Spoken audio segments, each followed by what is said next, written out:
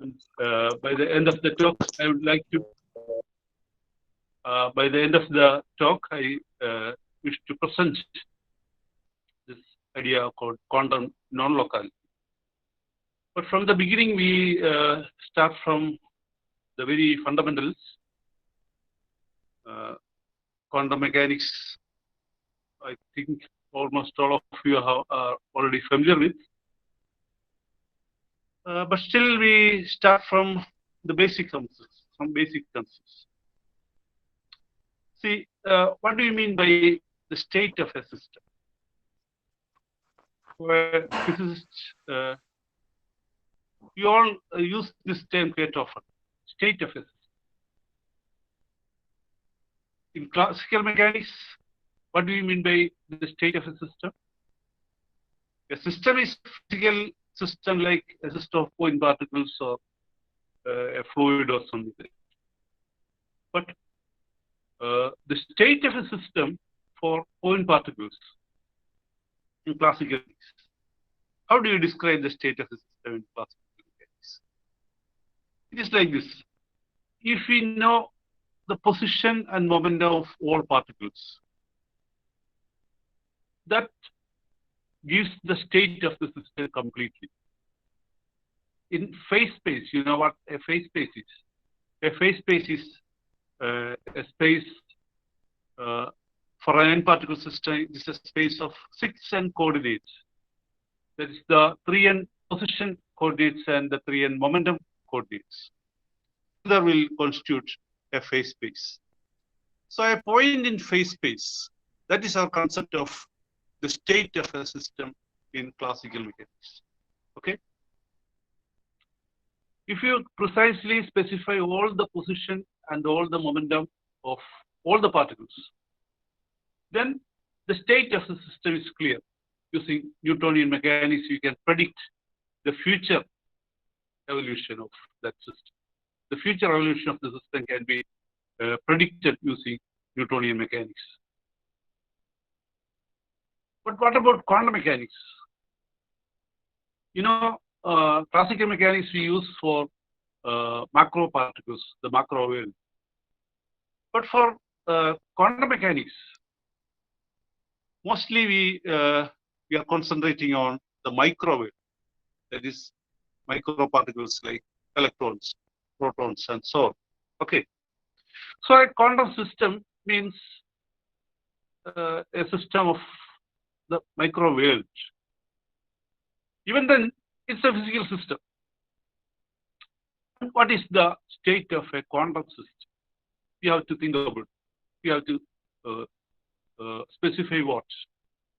Actually, you may know it is the Schrödinger wave function that describes the state of the system in the quantum problem.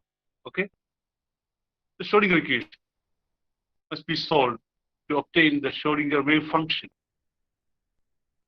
And actually, that wave function is a function of position coordinates. That means x1, x2, x3, y1, y2, y3, and so on. All the coordinates of all the particles must be there as the variables in the Schrödinger wave function. Well, quantum mechanics is a very puzzling subject you all might have heard of and might have read of. And what are the puzzles? There are certain puzzles in quantum mechanics which are left unresolved even now. And you might have heard that many great physicists, including Albert Einstein, had problems with understanding quantum mechanics. Even now, we cannot claim that quantum mechanics is a completely understood subject. Actually, we have to go to this concept of state of the system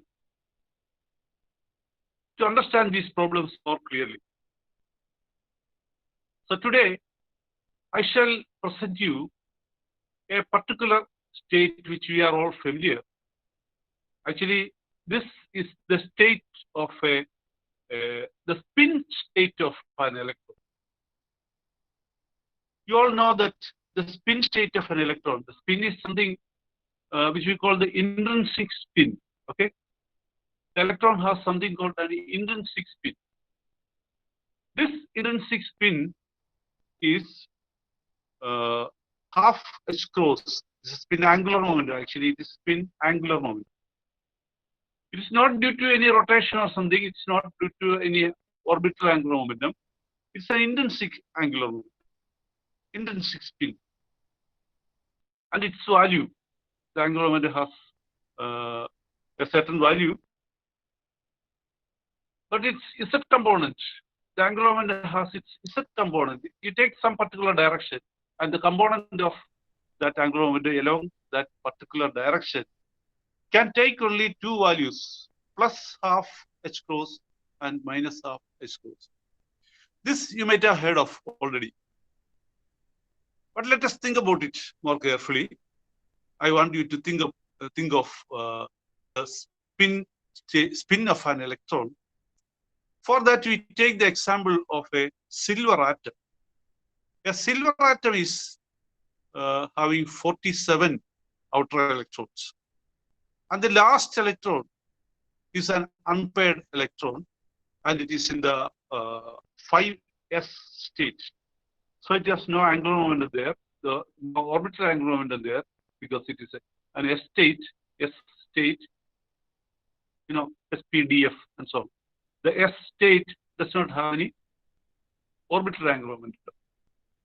So this unpaired electron has only its spin angular momentum. All the other inside shells are filled completely, and the silver atom has an angular momentum corresponding to this single outer electron.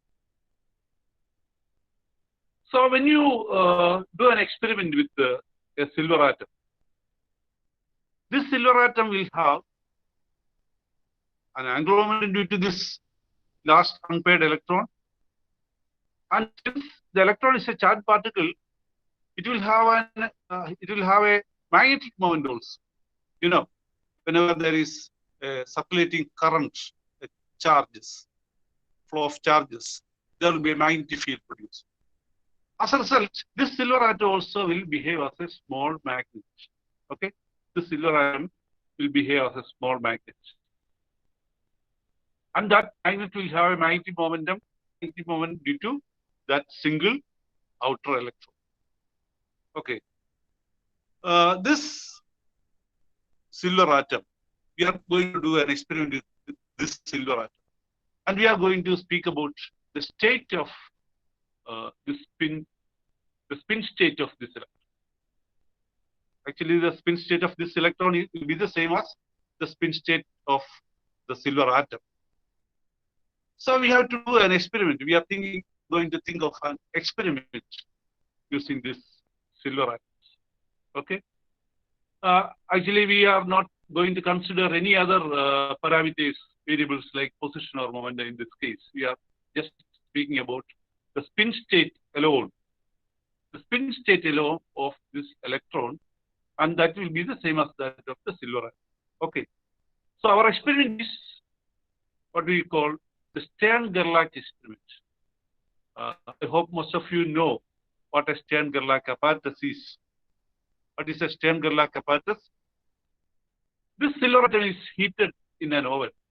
Okay, an oven is heated, and the silver atoms come out of this oven. And you want to send the silver atom as a beam of particles, a beam of silver atoms. What will happen if you can collimate? You can send this silver atom as a beam.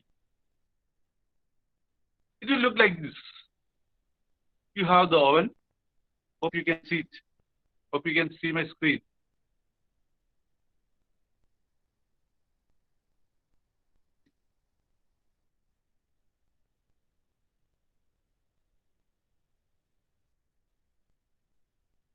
It's not changed. Yeah, Stern-Gerlach experiment. You can see it, right? Yes. Okay.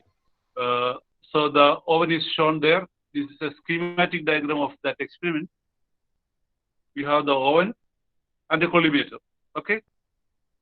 The beam of silver atom passes through a magnetic field. At the end of the right side, you have the south and north poles of an electromagnet shown. Whatever magnet, a south pole and a north pole is shown. And in the region in between these two pole pieces, our beam passes to a detector. Okay, is it clear? A beam of silver atoms passes through the region, the magnetic field in between the south and north poles. Okay, what will happen to the electrode or the silver atoms if there were no magnetic field? If the magnetic field was switched off, what will happen? We all know what will happen, right? It will hit at the detector. Suppose we are placing a screen in place of the screen. So a spot will be observed on the screen, right? A spot will be observed on the screen. And that will be a single spot, a sharp spot, because our beam is a collimated beam. But if the magnetic field is switched on, what will happen? See, the incoming silver atoms are tiny magnets. So if our magnetic field is an inhomogeneous magnetic field, if the magnetic field is an inhomogeneous magnetic, there will be a force exerted on the silver atom. There will be a force exerted on the silver atom. How much will be that force? That force will be proportional to the component of the magnetic moment of the silver atom parallel to the magnetic field. Isn't it? Suppose we denote magnetic field as B, vector B. Okay. You may look at the board. You may look at the board right now. The magnetic field is denoted as B, and the magnetic moment is denoted as mu. Okay. Let me denote mu as the magnetic moment. It's a vector quantity. The magnetic field is B. That's also a vector quantity. But when the silver atom passes through the magnetic field,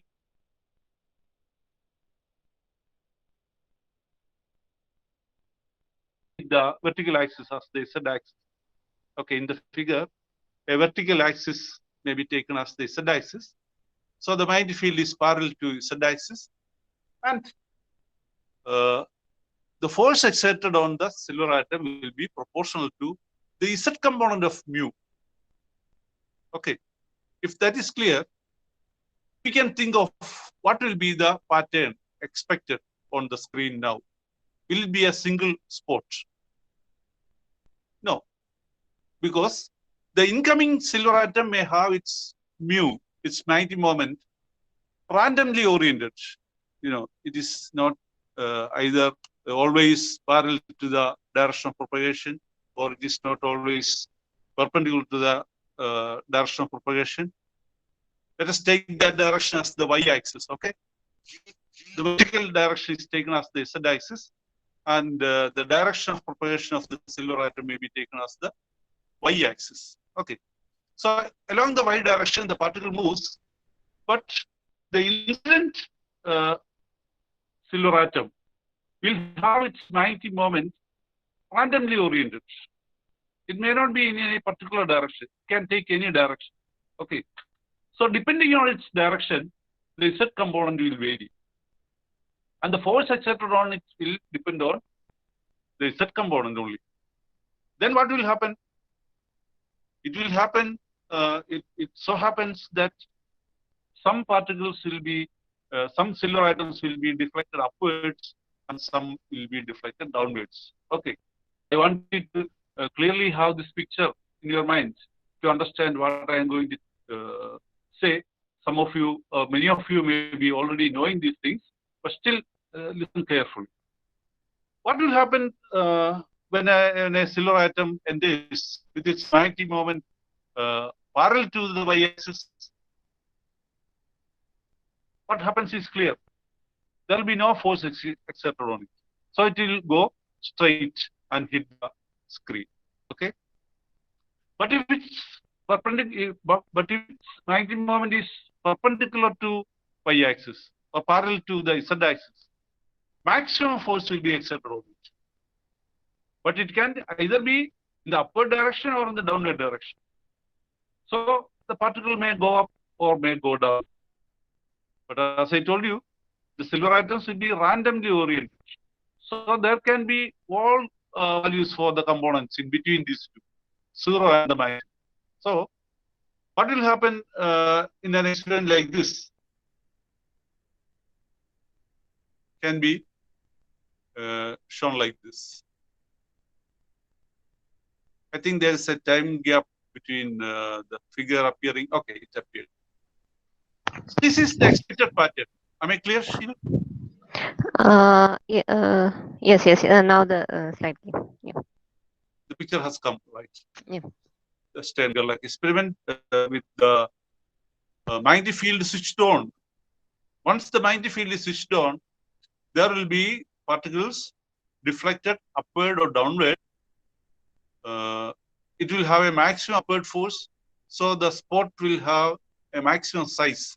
But it will be a spread out pattern, not a single spot. Okay, that point is clear. So, in doing this experiment, we have chosen the z-axis as parallel to the magnetic field, it's in the vertical direction. Okay, you can measure the value of magnetic moment. You can compute, you can calculate the value of the magnetic moment using this experiment. What will be the maximum component and so on. Okay, that actually is the expected pattern, but in a real experiment, the Stern-Gerlach experiment was performed. What people observed was not that.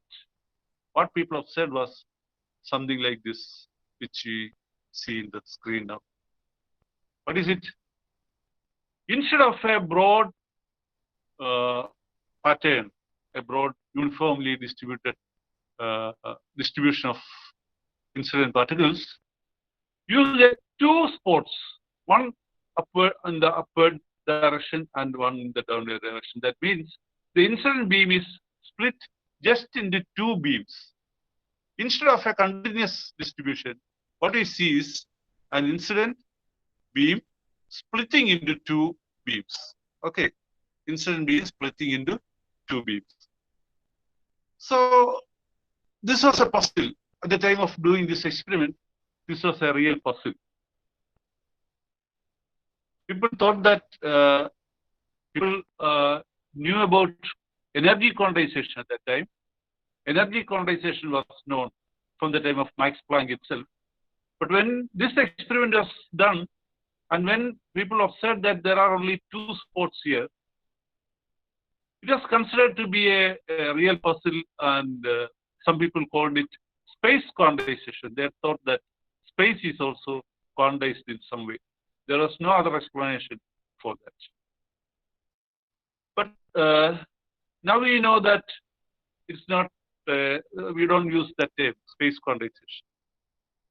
We just summarize what we know right now. What are the values? What are the values of the magnetic moment? There are two values for the magnetic moment of this silver atom, for the electron. What are the two values? One is you can measure these deflections, that knowing the charge of the electron and etc. The exact value of the angular momentum can be calculated. And it is from this kind of a measurement that we find the two components of the angular momentum are plus half h cross and minus half h cross. The magnetic moment will be a multiple of this. The magnetic moment and the angular momentum are proportional to each other, right? The magnetic moment of an electron and its angular momentum, the spin angular momentum, let me the spin angular momentum, whatever it is. The two will be related by a constant. In this case, that constant is E by MEC, the gyromagnetic constant. So what you see is here the result. The electron can have only two spin states. That is a conclusion. The electron can have only two spin states. Either an observer can see a beam bending upward. If a detector is placed there, you will find it there. Or if you are doing this experiment with the single particles, what will happen? That is an interesting question. If you are doing this experiment with the single particles, one particle at a time, what will happen? You have two detectors. One detector, the up detector, and the other detector is the down detector. Sometimes the particle may come to the upside, the up detector, or it will go to the down detector. See, one of this will happen. Only one of this will happen. Okay. So we say the spin state of the electron is only plus half h-cos or minus half h-cos. Only these two states. This is a very peculiar situation. An electron can have only two spin states. So this is the background of what I am going to tell you. I took a lot of time for this background material. This is not the Stern-Gerlach experiment is not precisely the thing which I want to say. See, this Stern-Gerlach experiment may be extended by adding one more Stern-Gerlach apparatus, a sequential Stern-Gerlach experiment. What is meant by a sequential Stern-Gerlach experiment? You have the first Stern-Gerlach apparatus shown in the figure. I am drawing a sequential, a schematic diagram of that first and second Stern-Gerlach apparatus. The first apparatus is shown there.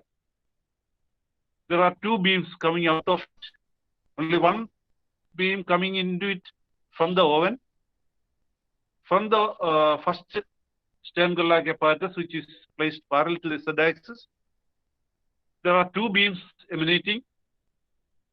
But the second beam, let us block the second beam with some metal piece or something like that. We are blocking the second piece. Okay, second beam. But the first beam is allowed to go. And it enters a second Stern-Gerlach apparatus. Okay. The second Stern-Gerlach apparatus is also placed parallel to the z-axis. What will happen? How many beams will come out of the second Stern-Gerlach apparatus? This SG apparatus. Let me briefly call it the SG apparatus. So the SG apparatus is also placed parallel to the z-axis. How many beams will come out of the second SG apparatus? See, the SGZ plus beam is allowed to enter into the SGZ apparatus. The second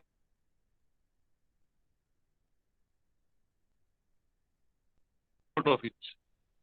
Okay, only one beam will come out of it. So this is what will happen in a real experiment. If you do it, it is easy to find this result.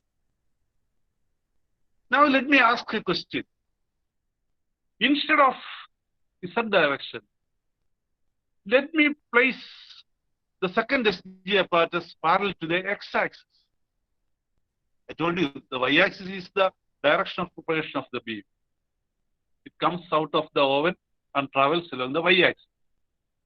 The initial direction we chose, perpendicular to the x-axis, the y-axis is the z-axis. So what is the x-axis? X-axis must be perpendicular to the plane of this diagram, right? X-axis is perpendicular to the plane of the diagram. So my question is, if you place the second SG apparatus parallel to the x-axis, how many beams will come out of that second SG apparatus. See, I tell you the result. You will get two beams. You will get two beams out of the second SG apparatus if that is placed parallel to the x-axis. You can see the figure right now. Okay. I've changed the orientation of the second SG apparatus. It is now placed parallel to the magnetic field is now parallel to the x-axis. So our SGZ beam, SGZ plus beam. Let me call it SGZ plus or SZ plus beam. SZ minus beam was blocked. So SZ plus beam is allowed to enter the SGX apparatus, and now you get two beams out of that second SG apparatus. Okay, two beams. So in the next step, let me add one more SG apparatus, a third SG apparatus. And let me block one of the beams coming out of the second SG apparatus. That is SX plus and SX minus are the two beams, SX plus and SX minus. Let me block one of them. The SX minus is blocked. Okay, the SX minus is blocked. And the SX plus beam is allowed to pass through a third SG apparatus. The third SG apparatus may be along the Z axis itself, the original direction, original Z direction. How many beams will come out of that third SG apparatus?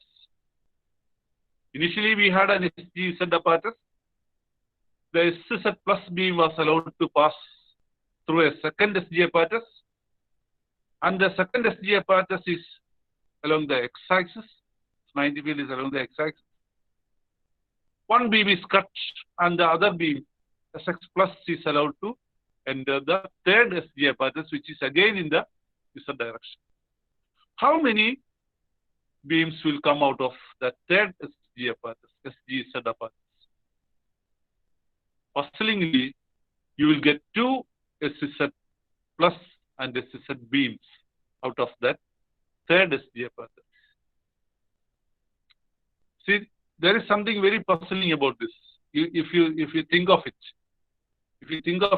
this problem is really puzzling.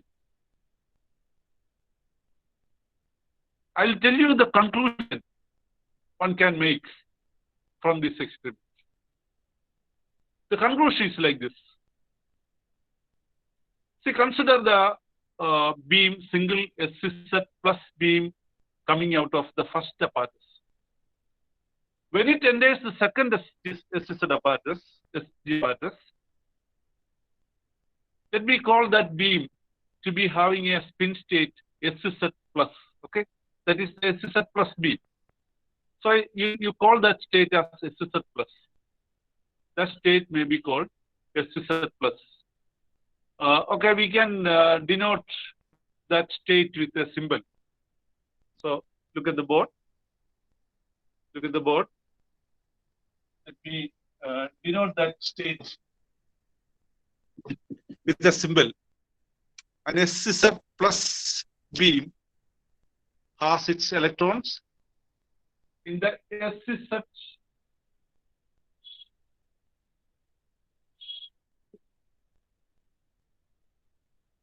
or simply SZ plus. It's a notation. Just consider this as a notation, only a notation. This notation refers to what? It refers to the state of the system, the spin state of the electron. It's a spin state of the electron with its spin in the upward direction. Its Z component is in the upward direction. Okay, so let me denote it as SZ plus.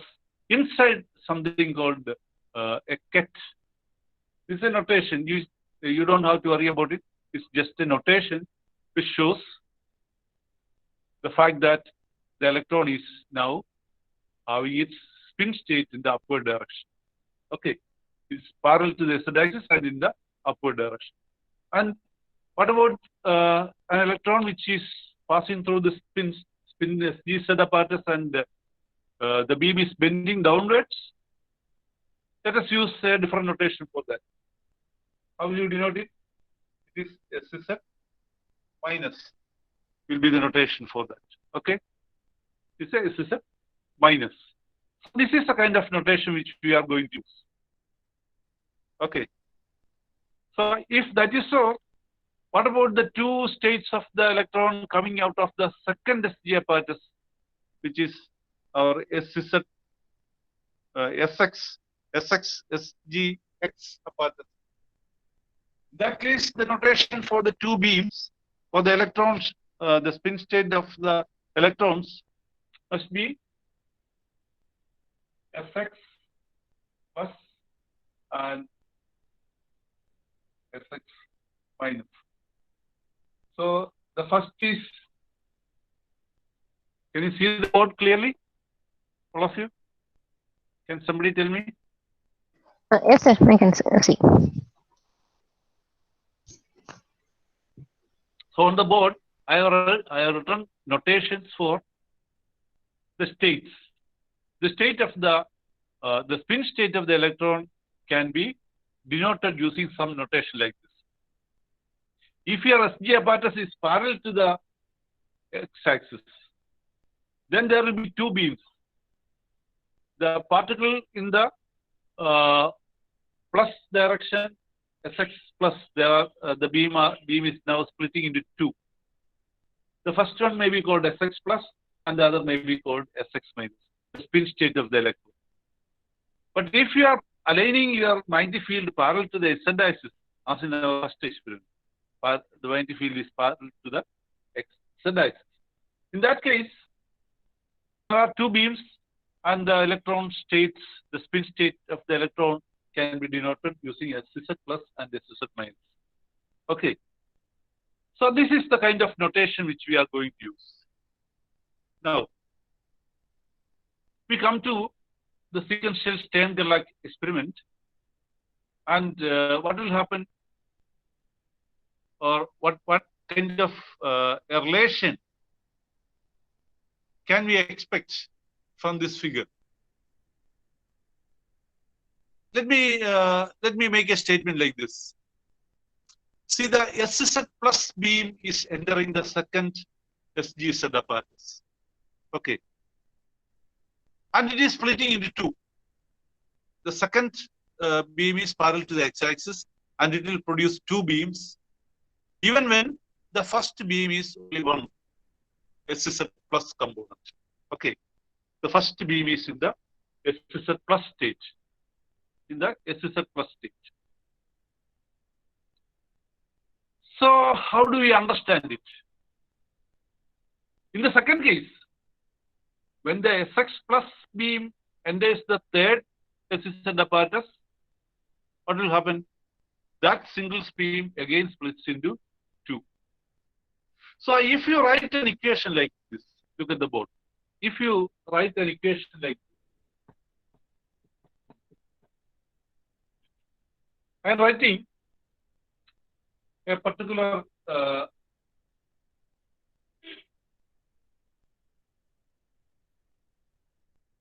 is equal to, I am writing it like this. This is the state of the system when it comes out of the first SG apparatus. I am telling you, I am imagining that this is the sum of two states, that is an Sx plus state and Sx minus state.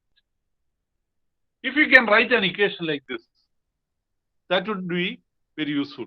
Okay, that would be a useful equation. If you think the SZ plus state as the sum of an Sx plus state and an Sx minus state. Okay. If that is so, what about the beam coming to the third SZ apparatus? The third is SZ.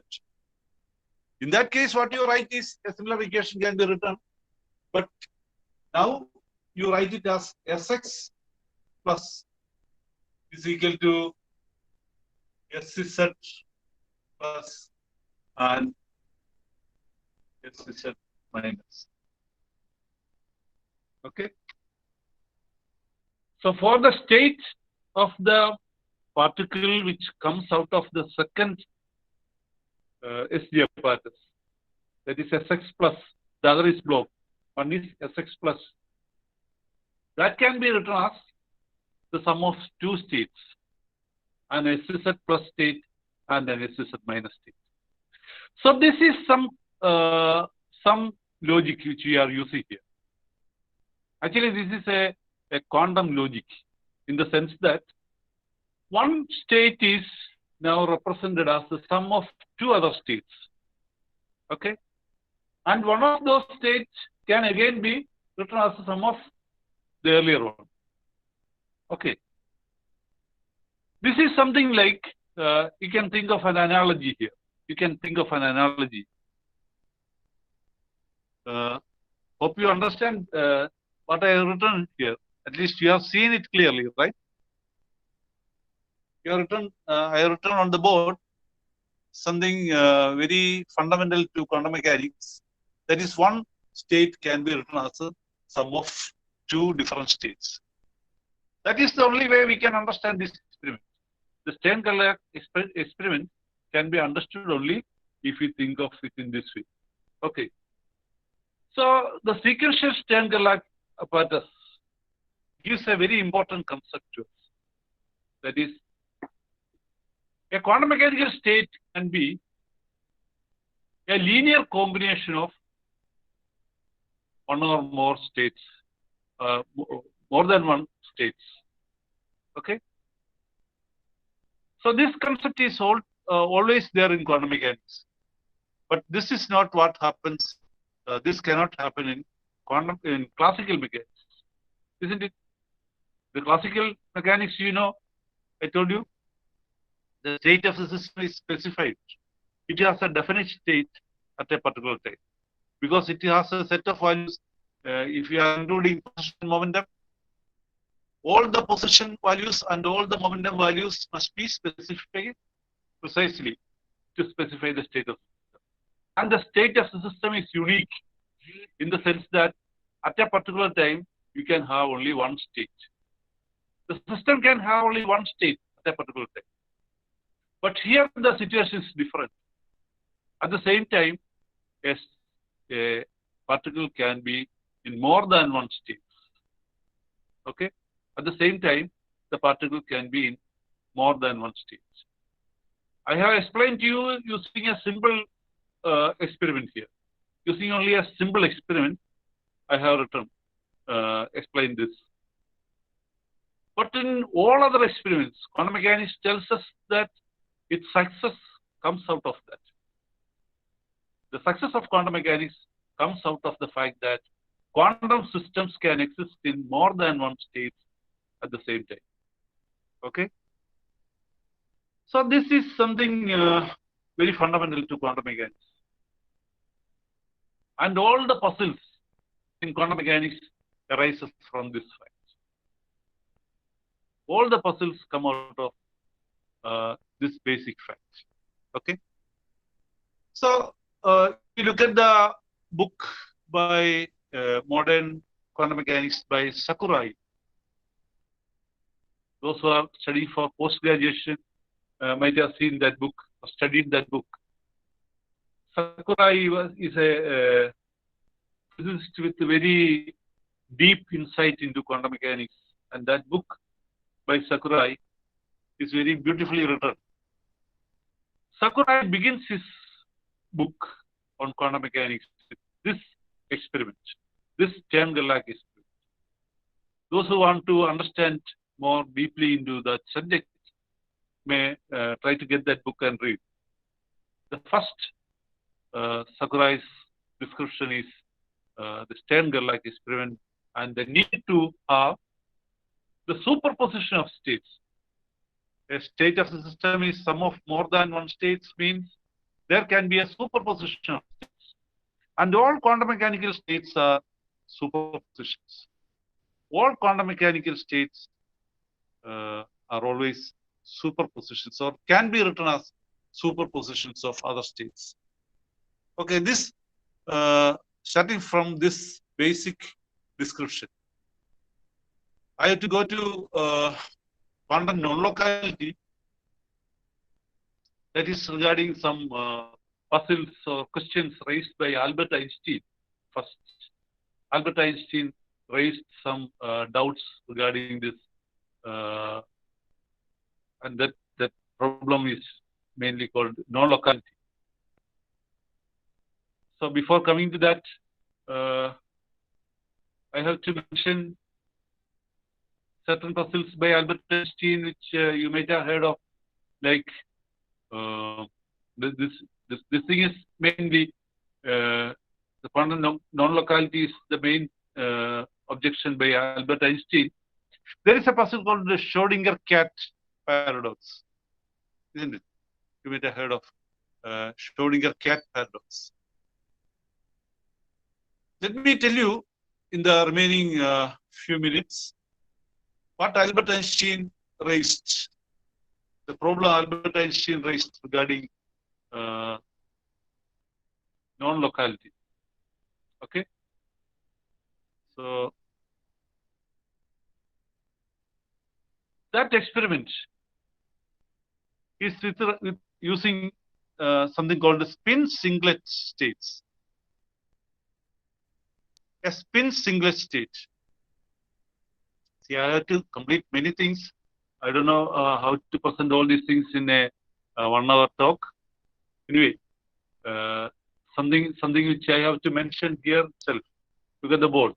Something which I forgot to mention here itself is that actually, when you write an equation like this, it's a superposition of two states, but you have to write it in this way. You have to write it with the two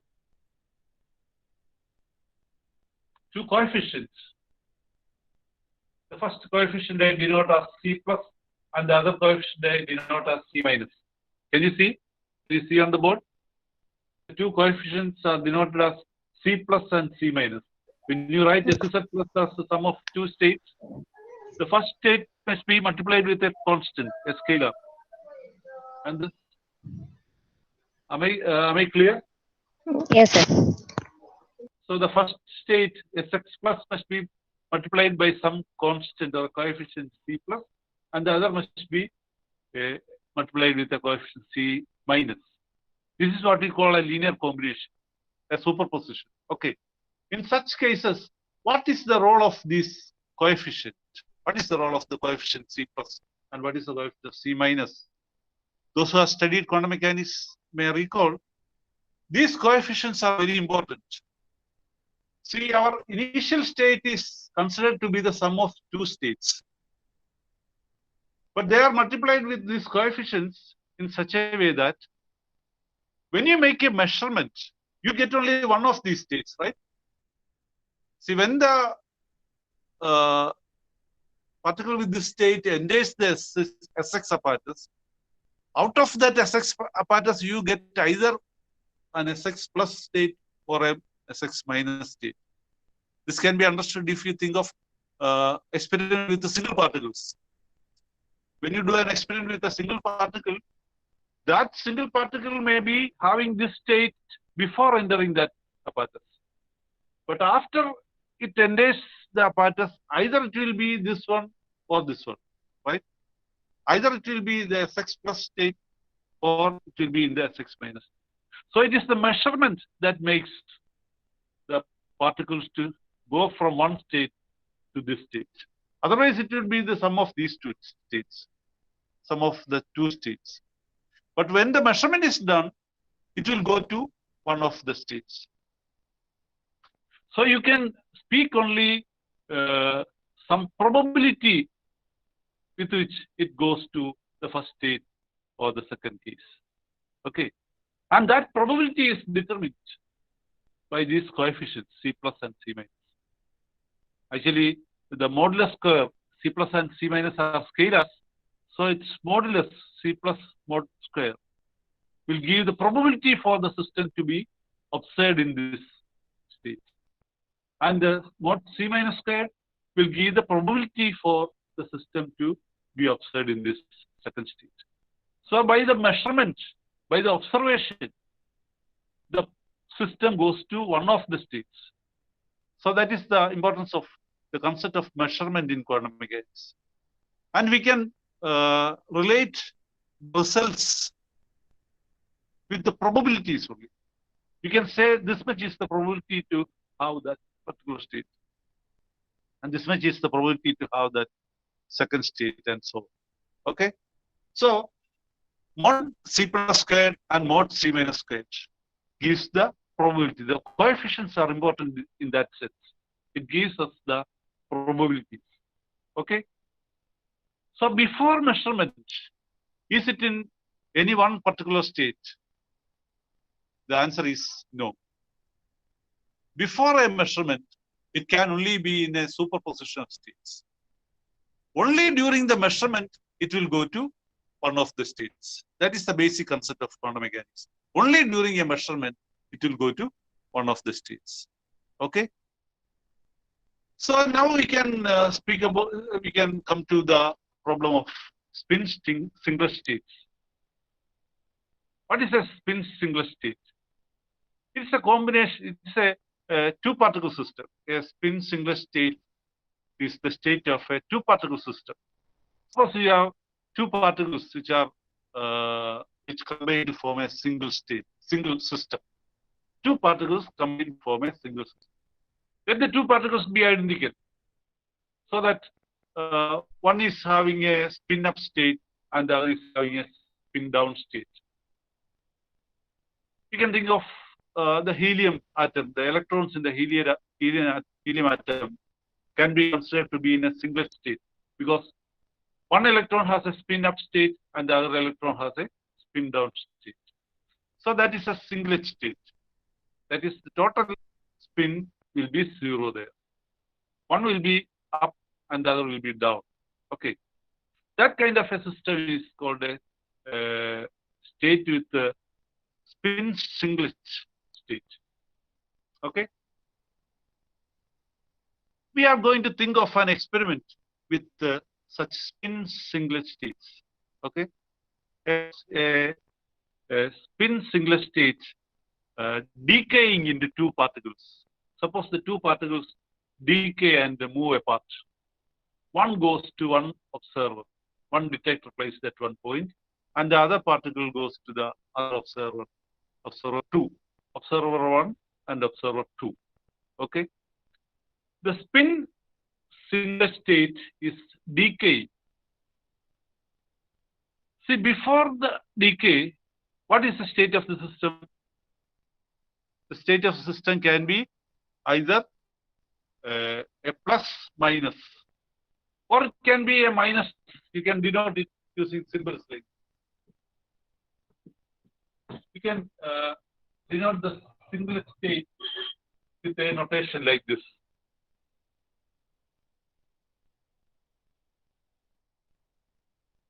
Let it be Z plus and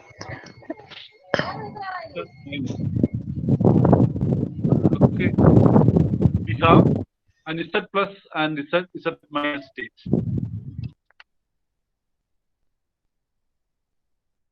That is a singlet. This can be considered to be a singlet. Okay. Or can be denoted like this. Can be Z minus and Z plus. A singlet can be in either of these two states. A singlet can be in either of these two states. And when it decays, there is one observer placed, the observer 1 placed at one end of the diagram, and the observer 2 is placed at the other end of the diagram. Okay, as we have just seen.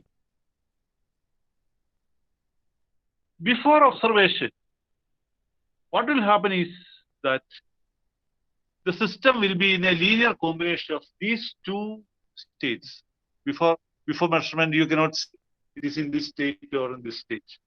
Okay, can you see the board? Before the measurement, you cannot see it in the first state. You cannot say sure it is in the first state or it is in the second state. Both are spin singlet states, right?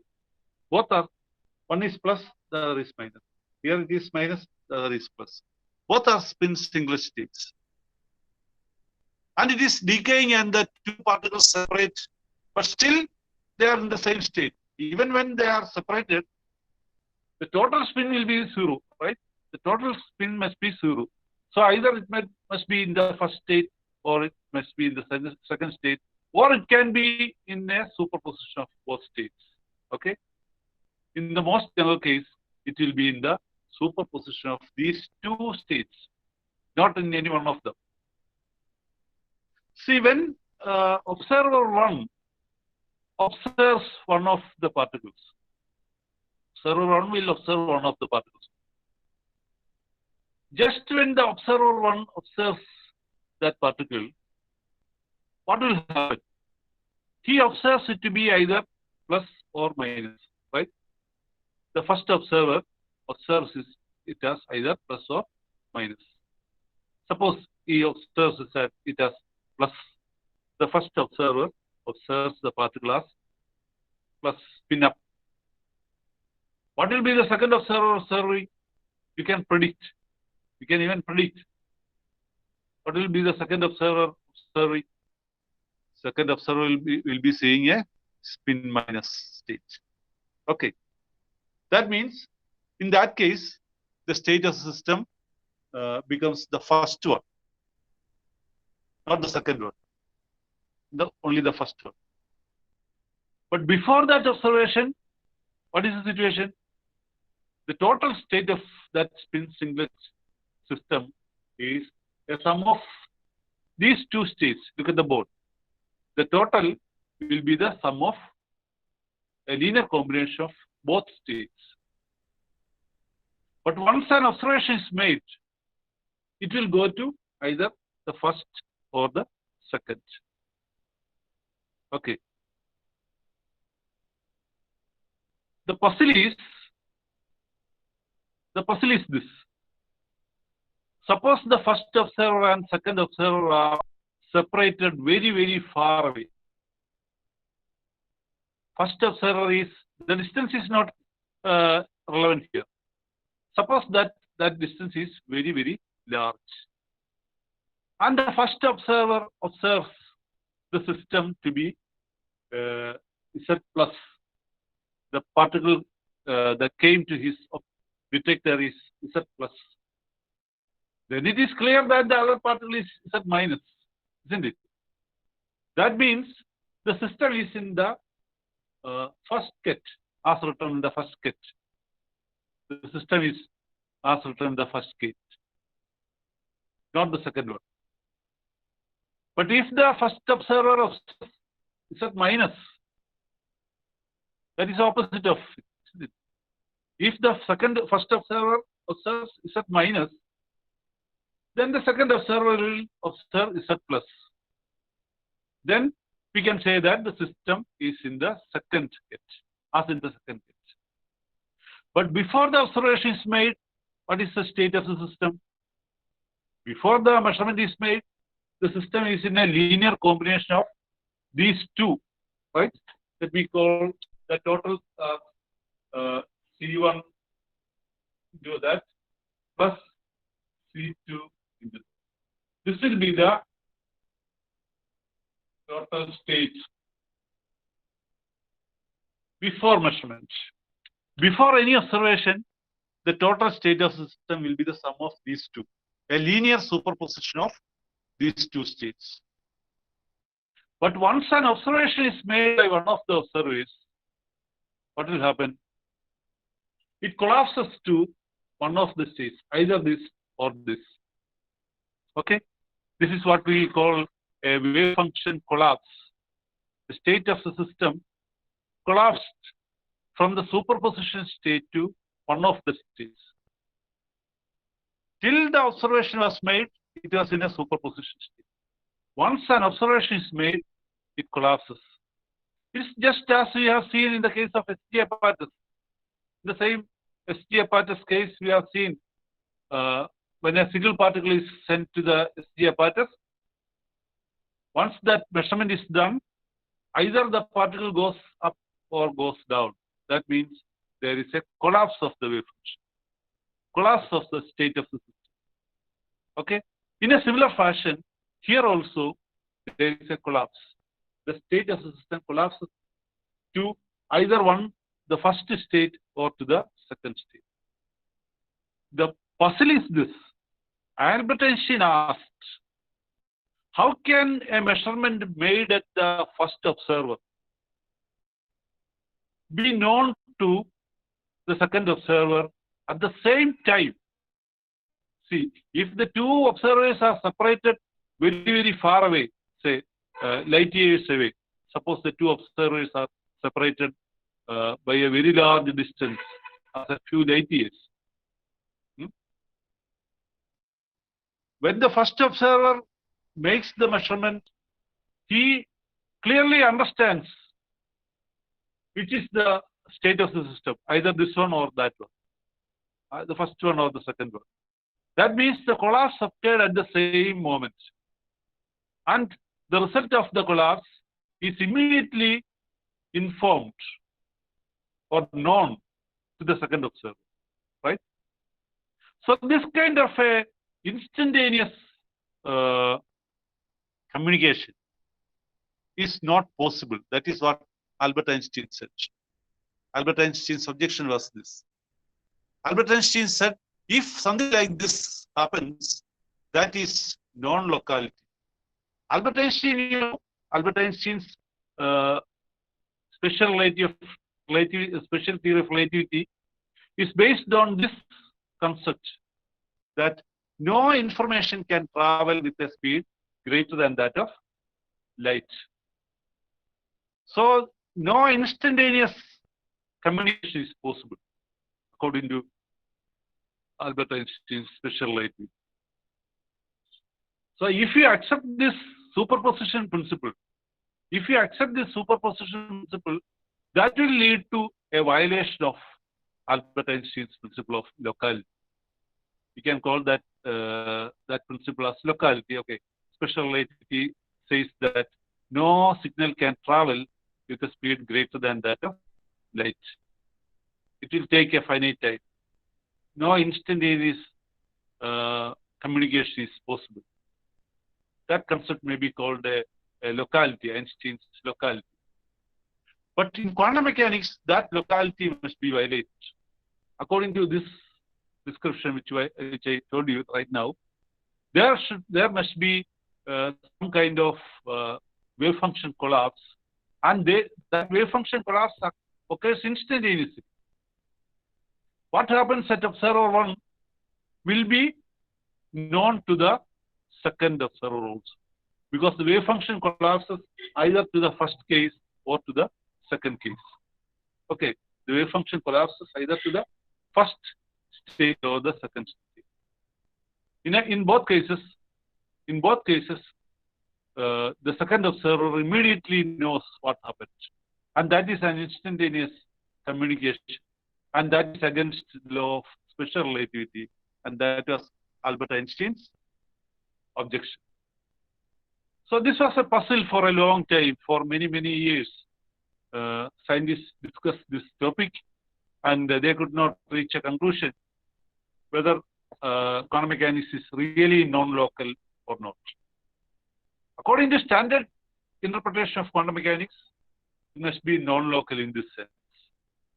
It must be non-local. But many famous scientists, including Albert Einstein, objected to that concept. But in the 1980s, John Bell, J.S. Bell, a famous physicist, devised an experiment to check whether this is true. He devised or derived an inequality. He said that If that inequality is violated, then quantum mechanics is non-local. That is a theoretical prediction. Bell's inequalities, that concept is called Bell's inequalities. That equation is called Bell's inequality. And what Bell said was this: if this is violated in an experiment, if this inequality is violated in an experiment, then we must accept that quantum mechanics is non-local. And in 1987, Aspect, a experimental physicist named Aspect, did this experiment and found that quantum mechanics is really non-local. That is, Bell's inequalities are violated, and quantum mechanics is really non-local. Okay, so this experiment was very famous, and is considered to be against Albert Einstein's argument that quantum mechanics, not only quantum mechanics. Albert Einstein argued that not only quantum mechanics, all physics must be having that locality concept, must be local. But quantum mechanics, when an experiment is done, is found to be non-local. Okay, so I am skipping many of these topics here. So because we have already exceeded our time limit, maybe some time for some questions or something like that. So let me conclude this talk by stating this peculiar thing.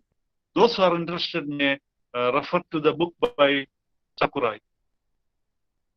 See, the starting experiment I mentioned, the Stern-Gerlach experiment. Starting from that experiment, he describes everything. And in one of the chapters, Sakurai describes the Bell's inequality and the issue of non-locality. So those who are interested may refer to the book by Sakurai, Modern Quantum Mechanics by Sakurai. So let me conclude this talk with a big thanks to all of you who listened carefully to this talk. I know this is not a topic for a 1-hour talk. Even then, if I could communicate at least some basic concepts to you, it must be a great thing. So I thank you all once again. So let me have, I think we can spare a few minutes for questions also. If Thank you very much, sir. Okay. Yeah. Now participants can ask questions. If you have any doubt, you can either unmute and ask directly to sir, or you can type the questions in the chat box. One of the student has asked whether will you share this slide with them? Yeah, there is no problem. I can do it. But the slides are it contains a lot of information which we could not present. So I don't know whether it is useful. The same thing. These slides are purely based on the book by Sakurai. So those who want to read, I strongly advise you to go to the textbook itself rather than the slides. There's no problem in sharing the slides.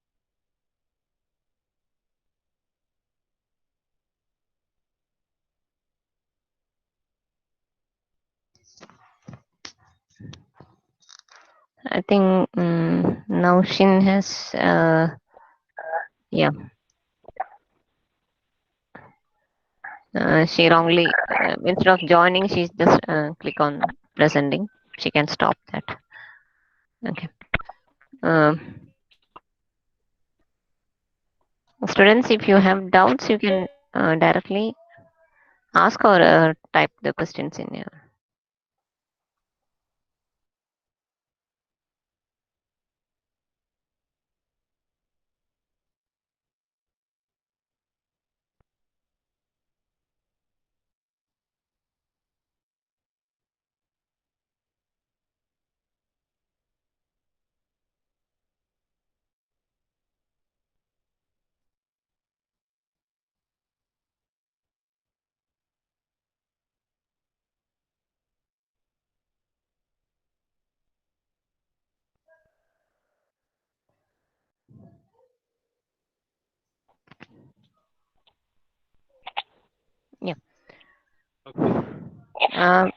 Sir, could you please explain the Schrodinger cat a little? Actually, this issue itself is a century-long debate. So I don't know whether we can I can put it in few minutes like that. But again, even if you Google Schrodinger cat or non-locality or some questions like that, a lot of material will be available. See, the Schrodinger cat paradox is again related to some kind of measurement. I told you, the Schrodinger cat experiment is regarding observation. See, until something is observed, the standard quantum mechanics must be understood in that way. Until something is observed, it can be in a superposition of many states. So Einstein first raised this question, and Einstein and his collaborators, his friends, raised several thought experiments. They thought such thought experiments will be discussed theoretically and can be of help to show that quantum mechanics is inconsistent. Whether quantum mechanics is consistent or not. I just told you the explanation or the concept behind measurement. Only when a measurement is made, the system goes to one of the states. So Einstein asked in a particular experimental setup, which is called Schrodinger cat. I don't have that much time to describe that experiment to you. But Einstein asked, even macroscopic objects must have such superposition states. So, in an experiment where a cat can be killed or not, either the cat can be killed or it will not be killed. So, in that case, Einstein asked whether the cat is in a superposition of dead and live states. A dead cat is one state. So, when you open the door of a cage, you see whether the cat is dead or not. Until that measurement is made, standard quantum mechanics tell you, until that measurement is made, it can be a superposition of both states. So this Einstein considered to be possible, and he thought that this will be the quantum mechanics will not be able to explain that. Okay. Am I clear? Yeah. Yes, sir. There are two questions in the chat box. It may take some more time. We can perhaps think of talking about it some other day, or you can find enough material for this kind of puzzles in quantum mechanics, and these all belong to the foundations of quantum mechanics. The foundational questions of quantum mechanics are not yet settled, so there are a lot of problems related to such puzzles and foundational issues. And recently, many new interesting ideas have come out. So quantum mechanics is not a closed subject as yet. Though we find we have to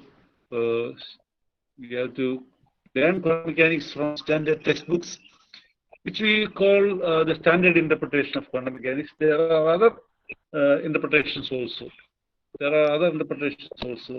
And these are all interesting questions which students may find by searching in Google, or many textbooks discuss such topics. So, sorry, I can't explain it more right now. It's fine, sir. There are one question related to that question. Can I read for you, sir? Yeah. Sir, is in Schrodinger's cat, we can't see the outcome until we look, but the cat can see whether it will die or not. Can't the cat be considered as an observer, or is its Yeah, consciousness not regarded here? yeah. This is a very interesting question. Very interesting question. Yeah, yeah, yeah. Actually, my topic was not Schrodinger cat, so I couldn't go into any details like that. But leave aside the cat and all those things. See, actually, we are physicists, and we are going to describe the experiments like the Stern-Gerlach experiment. What what other explanation can you give to the Stern-Gerlach experiment? See, the cat is a puzzling thing, and if you extend our argument to such problems, may be really puzzling. But the superposition principle, that is unavoidable. When you do the Stern-Gerlach experiment, see, after the first Stern-Gerlach apparatus, you have an SZ plus. You have an SZ plus state, and that SZ plus state contains second Stern-Gerlach apparatus. There you get two beams. One of the beam is again sent to an SZ apparatus. There you get again two beams. So how can you explain without the concept of a observation and a wave function class? That you can think of. That is a reasonable experiment, and the concept of superposition must be applied there. No one has suggested any other solution for that. Only the concept of superposition can be applied in such problems. So superposition is a law of nature. It is applicable to cats or human beings, that I don't know. Actually, many great physicists themselves are puzzled about such things. So I am not going to answer that question right now. But when you come to the Stern-Gerlach apparatus and the experiment which I described, then the superposition of states. Classically, you cannot have superposition of states, but in quantum mechanics there must be superposition of states. Only on measurements that we get one of the results. That means we are going to one of the states. Until then, so that is an observation. That is a observation. Even though it is puzzling, we have to accept that. Thank you, sir. One more question by Vijay Lakshmi. Sir, is quantum non-localization quantum decoherence? Actually, I told you that there are many new theories, many explorations, many research going on to explain these puzzles. And it is a common experience that macroscopic particles they are not seen to be in superposition states, right? This Schrodinger cat itself is a good example. We never see cats in dead and live states together, right? No one has seen a cat in a superposition of live cat and dead cat. Okay, so that is a macroscopic body. That's a macroscopic body, not a microscopic body. So macroscopic bodies are always found in a single states, not in superposition states. That is why we are using classical mechanics even now. For our day-to-day life, we are using classical mechanics. For sending a rocket, we are using classical mechanics and all, in all cases like that. So what is the explanation for that? What is the explanation for macroscopic objects found not in superposition states, whereas microscopic objects are found in superposition states? Many theories are proposed. Many theories are proposed. One such theory is the decoherence. Decoherence is an explanation for. And I shall not be able to. I shall not be able to of that, but details of that. But I can only say that. Decoherence is a theory which explains the appearance of no superposition. The appearance of no superposition for macroscopic objects are explained by that. Okay. Thank you, sir. Even that is not final. Even that is not final, but it's considered to be a promising explanation. Decoherence is considered to be a promising explanation for this kind of paradoxes. She has asked actually continuation to that. I have read that quantum decoherence can be defined only in the only as an apparent wave function collapse. Also, could you mention how pilot wave theory is connected with the wave function collapse? How? How the pilot wave theory? Pilot wave theory. Okay. Okay. Actually, this kind of an interpretation, this superposition concept and all those things are inherently quantum mechanical. They are inseparable. You cannot leave out superpositions. But even then, single particles can have that particle picture can be combined with the wave concept in the pilot wave theory. And the pilot wave theory was originally one of the first interpretations of quantum mechanics. The standard interpretation which we are speaking right now is usually called the Copenhagen interpretation. The Copenhagen interpretation is the standard interpretation now. But de Broglie, de Broglie was the first one who proposed that there is something called matter waves. Right?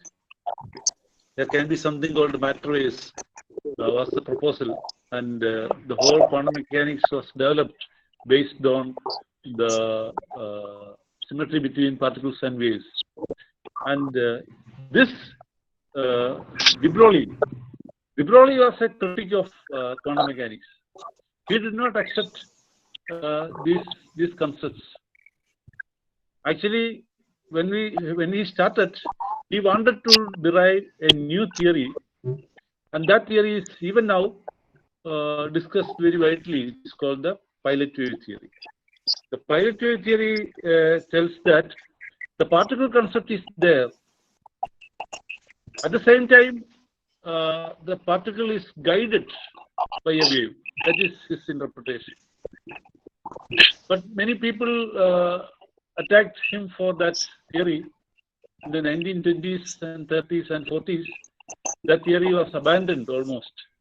De Broglie was considered to be a failure in that experiment, in that theory, in that pilot theory. His pilot theory was not accepted by anyone.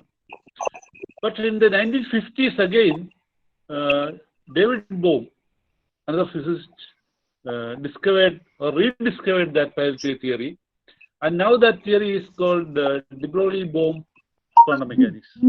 Another interpretation of quantum mechanics that is quite different from, not quite different, but it's different from. So in the de Broglie-Bohm theory, the concept of particle is still there. The particle takes trajectories. The particle can have precise trajectories. And using such quantum trajectories, these people have tried to, they are successful in that also to some extent. They draw trajectories for these particles, and still they are able to explain many of the puzzles in quantum mechanics, many of the observational facts, many of the quantum mechanically puzzling double-slit interference, diffraction, etc. are shown by particle trajectories itself. That is the present status of the pilot theory, and it is very important. And in this connection, I would also mention that I have some experience in doing that kind of quantum trajectories. We have presented a modified version of this de Broglie-Bohm theory. പിന്നെ അല്ല നമ്മൾ അതിനകത്ത് കൊടുക്കുന്നത് അനിയത്തി അതിനകത്ത് മെമ്പറെന്നുള്ളതേ ഉള്ളൂ. അനിയത്തി അല്ല, ഇപ്പം ഞാനും ഉണ്ടെന്ന് തോന്നുന്നു അതിനകത്ത്. എല്ലാം കൊടുക്കുന്നതാണ്. ഇനിയിപ്പോൾ അപ്ഡേറ്റ് ചെയ്തിട്ടുണ്ടോ?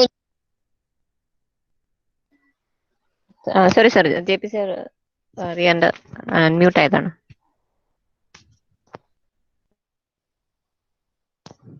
ഹലോ.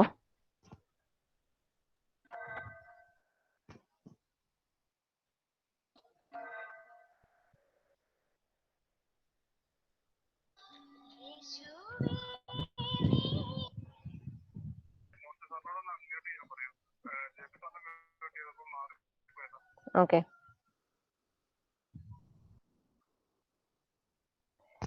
മോൻസി സർ, സർ മ്യൂട്ടായി പോയി sir. Hello sir.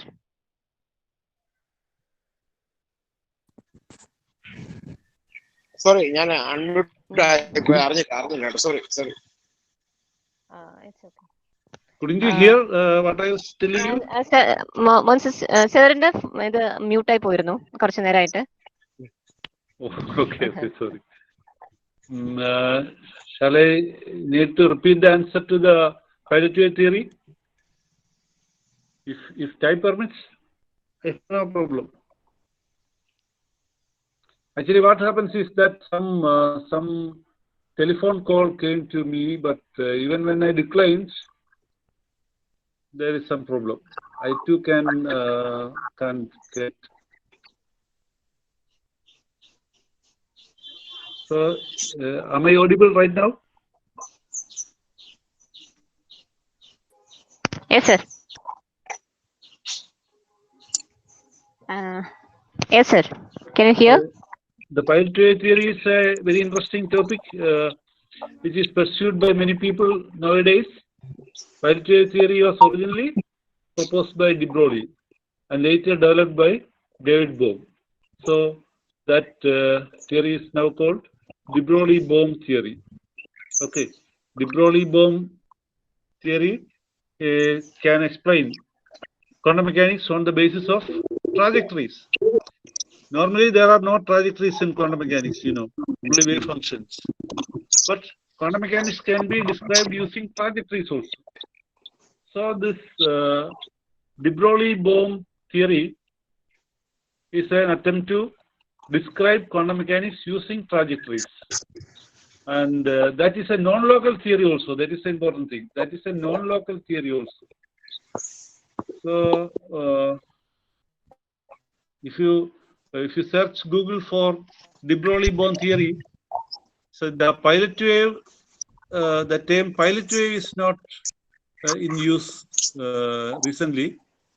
People either call it a Bohmian mechanics or people call it de Broglie-Bohm mechanics or quantum trajectories. At the end, I was just mentioning that I too have some experience in calculating in this quantum trajectories. Some modified de Broglie-Bohm theory.